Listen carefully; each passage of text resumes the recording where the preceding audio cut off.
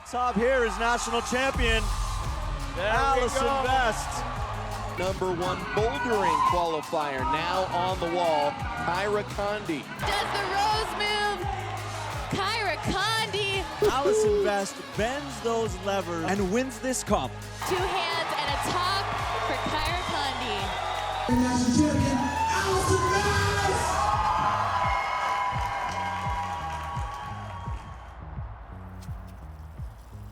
I'm such a bad plant mom. It's like so hard here in Salt Lake just because it's so dry. I also have a little strawberry plant. That one's been very successful, so it gives me hope.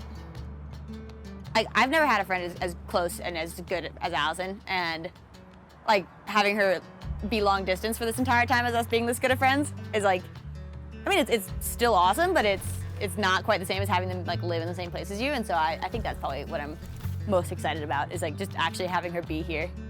And we also train really well together, so I think we're gonna get super strong. Hi. Hi. Dude, you gotta get here already. It's like... I know. What is it, Monday? How many days do we have left? Let me look at my calendar. 2. Like 3 days left? I ended up tagging along with the US team to some lunch or dinner or something. And then I went and toured around the Champs-Élysées with Kyra and her parents. And so we have a bunch of these pictures of her wearing like her US team uniform and me wearing my Canadian one, and we're on the like Arc de Triomphe. I think it was that day when we started just saying like, oh, you were born in Minnesota? I was born in Minnesota. Oh, you do this? Oh, I do this. And we realized that we were really similar and had a lot in common. And then I think ever since then we've like been communicating or texting almost every day. All right, so I'm thinking I'm gonna warm up on the hangboard. Yeah, that actually sounds like a good idea because my skin's super bad, and that sounds nicer than grabbing plastic right now.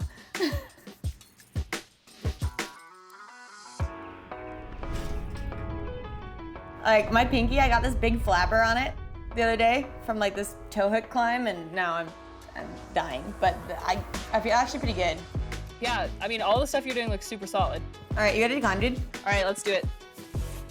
It's nice to sort of just have her on the phone or the computer or whatever and be climbing and have her there cheering. And if I have her up on the computer and then I have the phone recording myself climbing, her cheering sounds like she's actually there. It's actually pretty funny, even though she's on the computer. Come on. Come on, get it. Nice. Sick. Dang, dude. At the top? Yeah. No way. Really good. Well, nice. You still did it. Nice, dude. Come on, Kyra. Come on. Nice, dude. Come on. Yeah. Wow, that looks super chill. Allison's about to get here.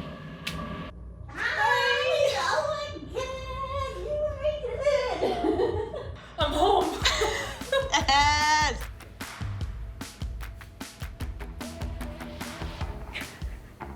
It's good. We look sick. We look sick. This is gonna be a pantry. Okay, so we have... Oh! Sus. Changed the height, so Yeah. it's the real test. I don't know, will it fit? Dude. Wine is marginally taller. We thought inconsequentially. Hey MTV, it's Allison in Salt Lake. Welcome to my crib. And Kyra, my crib. Allison moved in 2 weeks ago, and we've had much free time. So this was one of our projects. Our lovely mural. I think there are a lot of insecurities that come with being like a strong female in sport.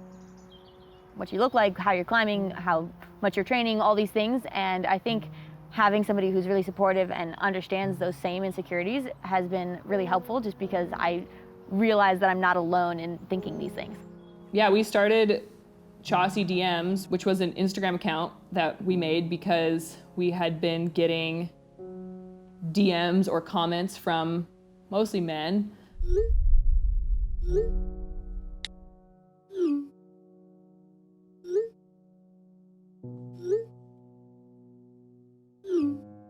what was sort of unexpected was all of a sudden there was like this community of women who were like, I get this too, I didn't know it was not just me, and it sort of created this like super amazing platform for people to like share and like be in solidarity with one another. And then mostly also it was guys that were like shocked that it was happening. That's the other thing. It was a lot of men who had just no idea that this was happening, and so it like really shined this like light on this huge issue that every female athlete or Instagrammer, like anybody, has received or seen, and men just had no idea about it a lot of times, and like had no idea it was an issue when it was like kind of this common knowledge of women.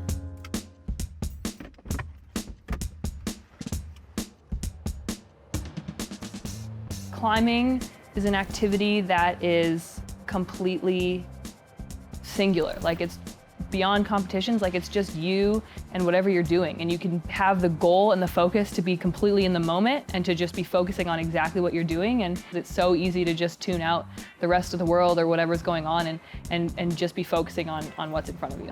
You don't directly compete with another person. You're there competing against the wall. And I think that's, for me, a really nice way of competing because it takes out this social interaction of it. And I have this like social anxiety and I worry about hurting other people's feelings and how they're feeling if I am successful. And I think training with your best friend is the best thing for you if you're able to balance like disappointment in yourself with happiness for them and hold those two feelings at the same time, which I think they can do. Because climbing is so much failure. So to have someone who is different than you, has different strengths, different weaknesses, etc., but who you trust and admire and love enough to be vulnerable around is huge. Because training alone, you just don't work on weaknesses in the same way. I think part of why I love training with Allison is that there's no misconceptions as to what I'm doing. If I am kind of having a hard time getting motivated and I want to put headphones in, I'm not worried that Allison is like thinking I'm ignoring her. Or if I am feeling like terrible someday and just stop training, I'm not worried that Allison is like, oh, Kyra's not training today. Like, why is she as good as she is? Like, I'm not worried about what she's thinking because I know what she's thinking. I know she just understands. I think with my newfound perspective on climbing outside as like a break and a different way of challenging myself, it's definitely kind of freeing to get outside and challenge myself in a different way, in a non-competitive way.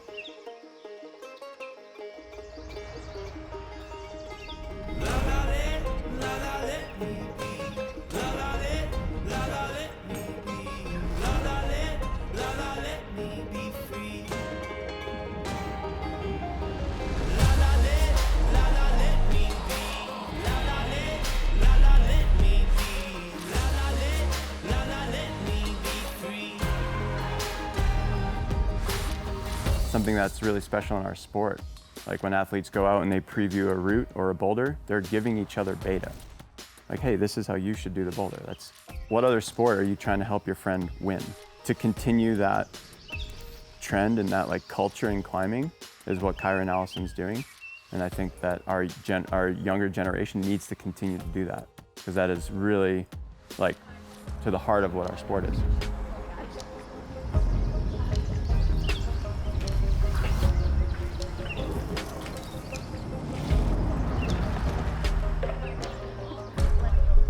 Neither of us like to be bad at things, but we also don't climb outside that much. So I think then sometimes we both go outside and try a hard boulder and we're like, I can't do this instantly. Like, that makes me mad.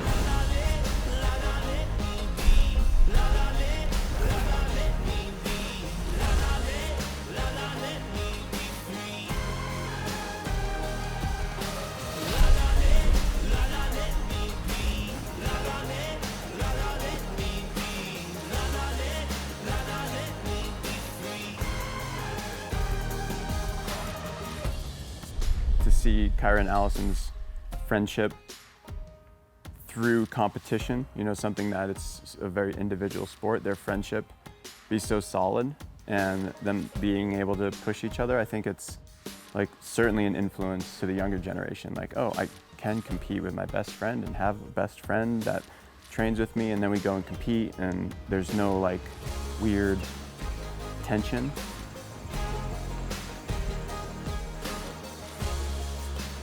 Almost no way that Allison and I won't be friends in 10 years. funny, everybody understands that my maid of honor spot is locked in for Allison. I mean, you look at these two and they're not talking about the adversities they've overcome. They're just working hard and also having fun and balancing, competing against each other with uplifting each other. I can't think of a thing you'd want to teach young women more, right?